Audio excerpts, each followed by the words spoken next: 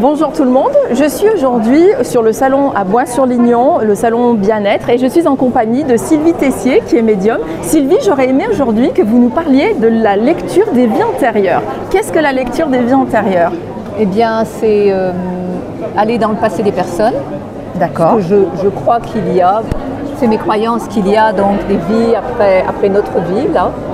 Et c'est aller les rencontrer pour mieux se connaître soi-même et avoir un parcours de vie qui est plus simple après.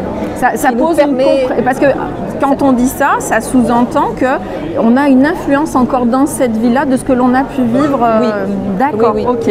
Et on a des peurs que l'on a là et qui sont des anciennes vies. D'accord. Des peurs parce qu'on est décédé d'une manière un peu traumatisante et notre corps, puisqu'on a plusieurs corps, il l'a gardé. D'accord, il garde en mémoire on a cette partie-là qui est en nous. Une fois qu'on est, donc vous allez faire les lectures, une fois qu'on est au courant de ça, qu'est-ce qui se passe? Ça se libère tout seul ou il y a quelque chose à faire? Le jour où la personne vient, il y a des lectures, parce qu'on a beaucoup de vies. Donc il y a quelques vies qui viennent. D'accord. Et puis il y a des canalisations d'énergie bienveillante qui disent des choses à la personne, que la personne a besoin d'entendre. D'accord. Et puis à un moment, je vais dire à la personne, si vous voulez, c'est vous qui allez faire les choses. Donc je vais mettre la personne c'est la personne qui va se mettre en condition. Je vais lui demander de faire certaines choses. C'est elle qui va prendre la carte, qui va la mettre sur son corps, là où je vais lui dire, je vais la guider. D'accord. Et c'est interactif, elle va me dire ce qu'elle ressent. Et ce qu'elle voit. Donc en fonction des personnes, il y a des personnes qui vont voir peu de choses, sentir peu de choses, et puis il y a des personnes qui vont faire des voyages. D'accord. Et en fonction de la sensibilité, en fonction de la personne, comment elle se laisse aller. D'accord. Et ensuite, ça fait comme un soin à la personne. D'accord.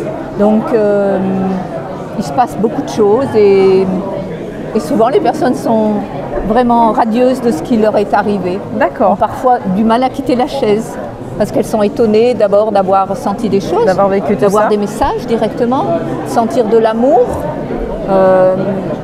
C'est toujours bien pour tout le monde. C'est des belles guérisons, oui. Complètement. Quand on fait une séance, est-ce que ça appelle d'autres séances ou des fois la séance est suffisante? Les gens sont très libres. Fréquemment, c'est une séance et peut-être une autre séance un an après. D'accord, pour revenir faire le point. C'est comme si la personne avait besoin de mettre des choses en pratique. Donc moi, je peux lui dire de dire des phrases. Ah oui, il peut y avoir des petits exercices à faire en rentrant, des mantras ou des à dire pendant 40 jours. Ça peut être aussi comme un soin à faire, une lettre à écrire. En symbolique, plus un travail de symbolique qui peut suivre à la maison. Oui. D'accord. On vous trouve où, Sylvie, si on veut venir vous voir? Moi, je suis à Salvézinet, à 4 km de Feurs. Oui, c'est du côté de Feurs, Salvézinet. D'accord. Ok, écoutez, merci Sylvie, merci. Pour ces petites précisions qui sont très intéressantes. Et puis, je vous invite à venir rencontrer Sylvie sur le salon ou d'aller la rencontrer à Salvézinet. Merci Sylvie. Merci beaucoup.